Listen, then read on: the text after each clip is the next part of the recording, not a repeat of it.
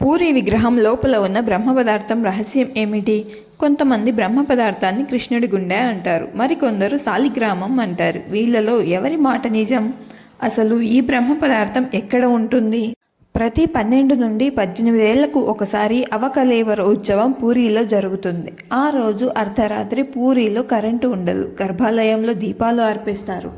చీకట్లో ఒక వృద్ధ అర్చకుడికి కళ్ళకు గంతలు కట్టి చేతులకు వస్త్రాలు చుట్టి గర్భాలయంలోకి పంపిస్తారు. అతను పాత జగన్నాథుడి విగ్రహం తెరిచి లోపల ఉన్న బ్రహ్మ పదార్థం తీసి పక్కనే ఉన్న కొత్త జగన్నాథుడి విగ్రహం లోపల పెడతాడు. జగన్నాథుడి విగ్రహాలు దారుతో తయారు చేస్తారు కాబట్టి కొంతకాలానికి పాడవుతాయి. అందుకే కొన్నేళ్లకు ఒకసారి కొత్త విగ్రహాల్లోకి బ్రహ్మ పదార్థాన్ని మారుస్తారు. పాత విగ్రహాలను ఒక ప్రదేశంలో పూడ్చేస్తారు. పురాణాల్లో కృష్ణుడు తన దేహాన్ని విడిచిపెట్టి వైకుంఠానికి వెళ్ళాడు అని ఉంది, కానీ ఎక్కడా తన గుండె భూమిపైనే ఉందని రాసిలేదు. ఇప్పటికీ కృష్ణుడి గుండె ఉందనే మాట మనం ఒరిస్సాలో మాత్రమే వింటాము. చాలా హిందూ దేవాలయాల్లో శాలిగ్రామాన్ని పూజిస్తారు.